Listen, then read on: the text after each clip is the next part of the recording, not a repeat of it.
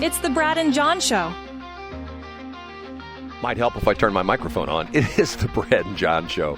It's the B block, the Bravo block. Today's October 22nd, and it's a Wednesday. John, you know what that happens? What happens in the B block? It's time for Brad's Top 3. It's time for Brad's Top 3. I think you were on perfect pitch that time. I am impressed. Thank you, Brad. Ladies, one more time. It's time for Brad's Top. It's number 3. That's what we start off with, number 3. Now, I'm sometimes upset that there's all this negative stuff that goes on in the news cycles and things like that. And I sometimes like to accentuate the positives about a company and a specific aircraft that gets lots of bad press. The company is Boeing. The aircraft is a 737 MAX. Remember we had the problems with 737 MAX where they grounded all the 737 MAX because of the crashes? Yes, I remember that, Brad. I don't know if you've heard this story, but the other day, a plane flying from west to east coast at 36,000 feet hit something. And at 36,000 feet, there are no birds, there are no eagles or anything like that. They hit something, hit right above actually it hit on the very corner of the cockpit window on the right side of the plane as you're sitting in the plane. The pilot sits left seat, the first officer sits right seat. It hit right above the frame of the window. It blew out part of the window. It's like, I think, a triple pane window. And even though the plane did not depressurize, it delaminated the interior window, and it sprayed the co-pilot, first officer, with glass. He got some injuries to his arm, the whole bit. Bottom line is the aircraft did not depressurize because at 36,000 feet, that would be a tremendous occurrence, which could end in catastrophe. They brought the plane down, declared an emergency, diverted the flight, and landed somewhere in between where I can't remember, from point A to point B. I will say this. For people who are always criticizing Boeing and the 737s, this could have been a catastrophic event. But instead, the plane survived it. Co-pilot got a little bit of arm action. You know, there's a picture of him. He's got like multiple, not bruises, but actually cuts from the glass exploding on the inside of the plane and hitting him in the arm. I think he got him in the face a little bit too. The plane came down. Everybody was safe, and nobody's talking about it. Everybody's going like, oh, my God, it's amazing. It's a 737 MAX. It should have crashed. No. Boeing builds excellent aircraft. And I'm not because they're a local company and because I have friends that still work at Boeing. I had lots of friends back in the day. I think half the kids I went to school with, their dad back in the day worked at, in the old days, Mac, and then it was McDonnell Douglas. They produce excellent aircraft, and sometimes there's a screw up or something like that. You know what? I get it. That fake door blew out in that one plane because they forgot to put the bolts in. Hey, come on. Give them some slack, right? Yes, Boeing 737 MAX, it survived a tremendous situation. And at first, the people were saying, well, what did it hit at 36,000 feet? The answer was, everybody thought it was space debris. And one person actually said, I read this online, one person said, it was one of Elon Musk's Starlink satellites deorbiting, coming out. No. You know what they're pretty sure it hit? What was it? A weather balloon. Oh, wow. That would make sense, right? Yes, because they put those weather balloons, they shoot those weather balloons up in the air, and I think this is a private company that has a contract with NOAA. And the reason they do this is they shoot these weather balloons up, and it sends back all this telemetry for data for essentially various layers of the atmosphere and that's how they use it in their prediction models. They can see winds alofts and things like that because, we're all accustomed to things on the ground when you're on the ground, what the weather's like. But it's not. Sometimes if you get up even 500-600 feet, the weather's totally different. The winds are different. And then when you get way up there, it's totally different as far as the atmosphere. First off, it's cold as hell. It's like minus 20 degrees or something like that. But anyway, 737 MAX, you did your job. I salute you. John, how's that?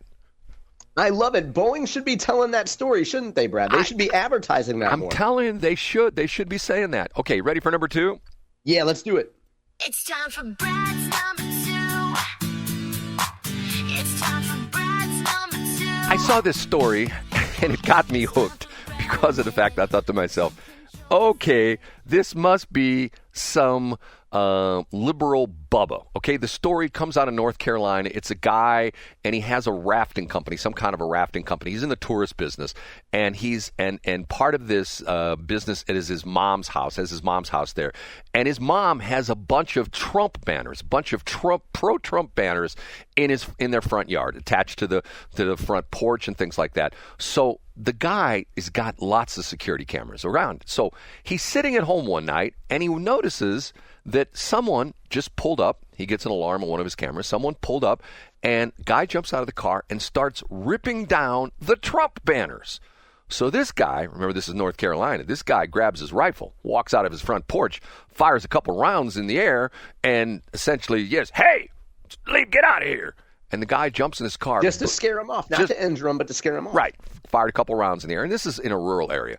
The guy jumps in their car, and he opens up his sunroof and pulls out a gun and fires several rounds back at the guy, okay? Then he takes off, splits, comes back a few minutes later, fires several more rounds, a couple of which go through his mom's house. One of them lodges in the refrigerator, okay? And this guy's got all this camera footage, all this video cameras. If you see the article online, you can see all the different. There's a close-up of the guy's hand out through the top of the sunroof with the gun firing, stuff like that.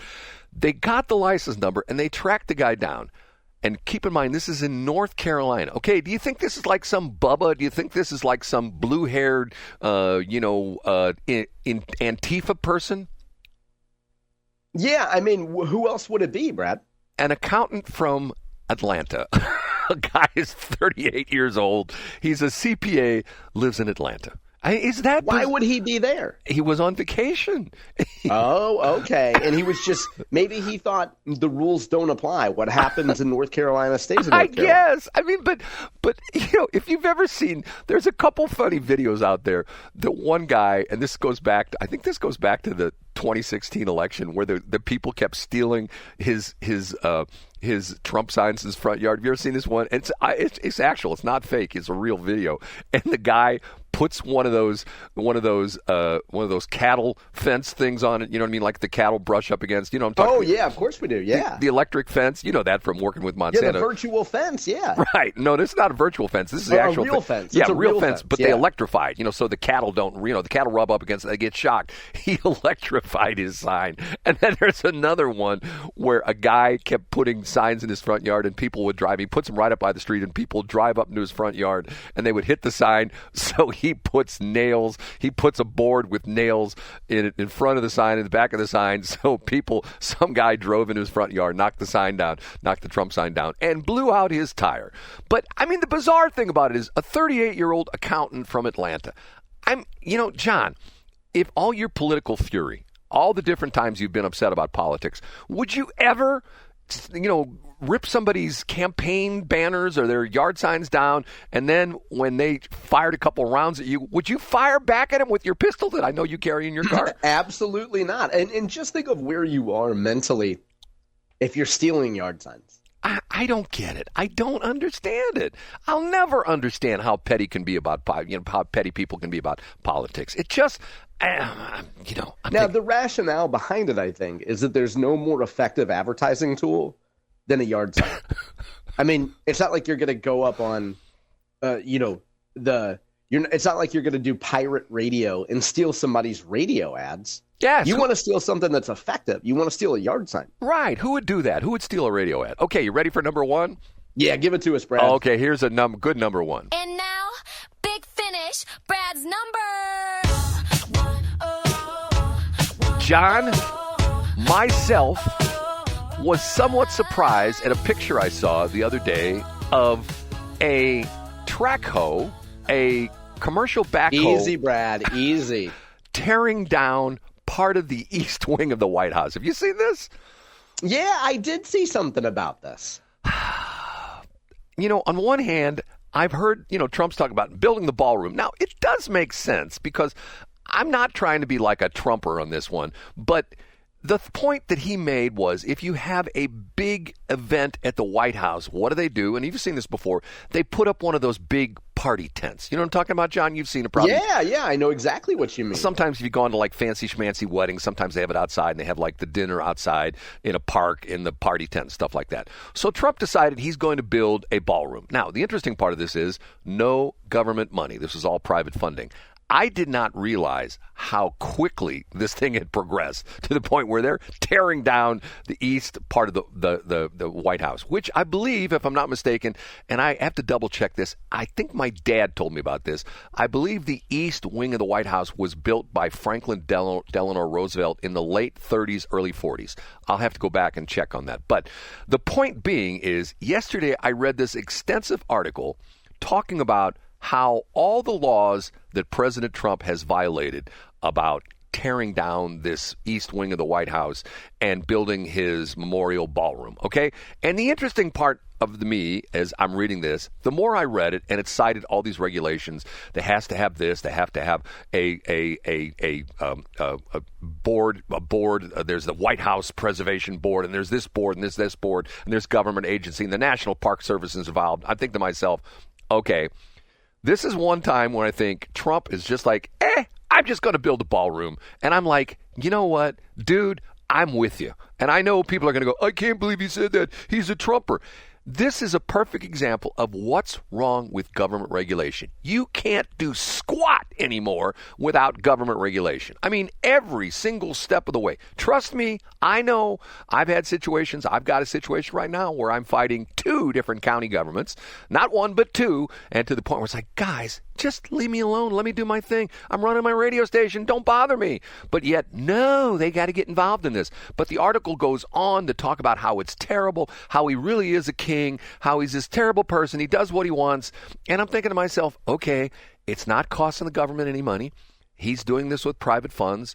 There's private contracting companies. There's a private, architect that's done all this. There's private engineering firms that have done the electrical, the plumbing, all this kind of stuff.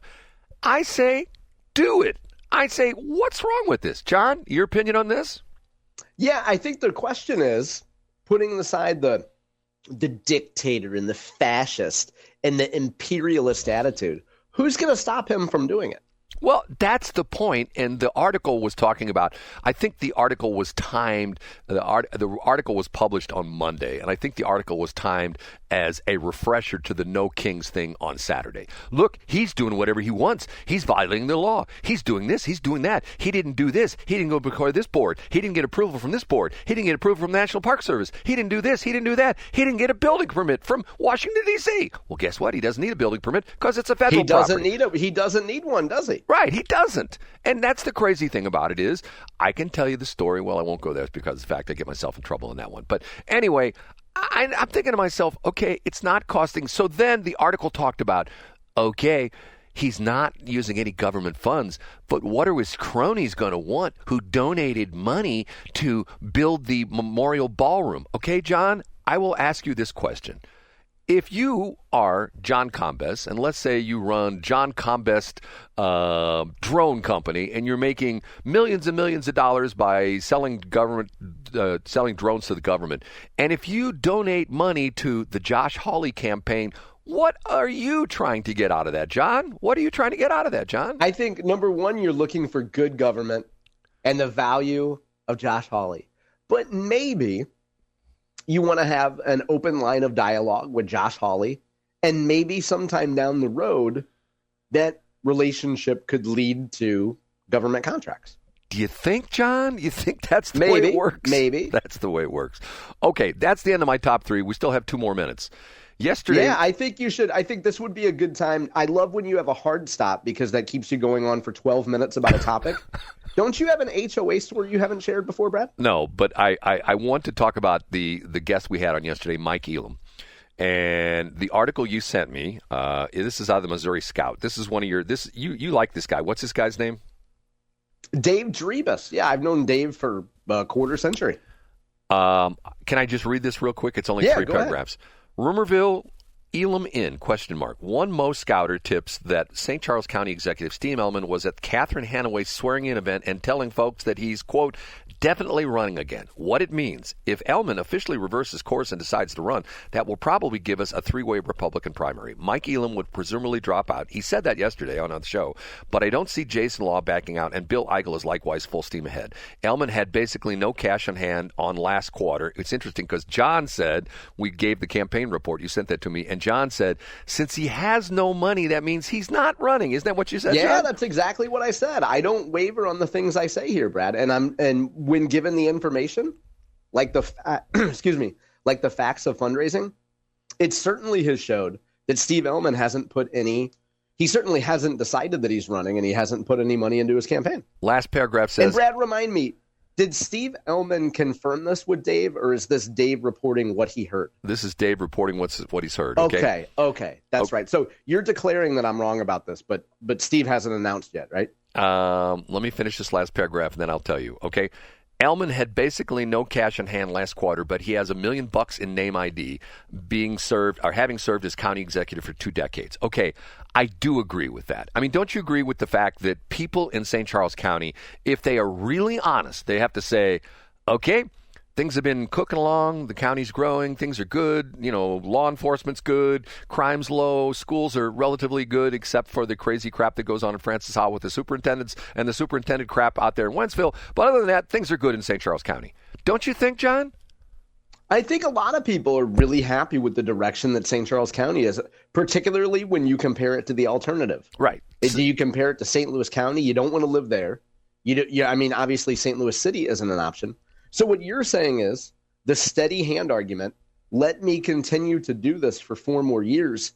I guess the argument, if you're Bill Eigel or Jason Law, is, Steve, if you really wanted to do this job, why didn't you just tell us a year ago that you wanted to keep doing this? Well, maybe he's doing the old bamboozle. You know what I'm saying? Yeah, I don't know. But I think if you're Steve and you're on Steve's team, you got to have a better answer than that. Compared to, well, if I don't run, Bill Eigel's going to get elected, and we don't want that. Okay. That's not a very good answer, Why hasn't Steve come out 6 months ago and say, I know I hinted that I would not be running, but I am going to run. I'm proud of what we've done. I want to continue to build on this. Okay, you've just given the answer I would give if I was Steve Ehlmann. Which is the latter?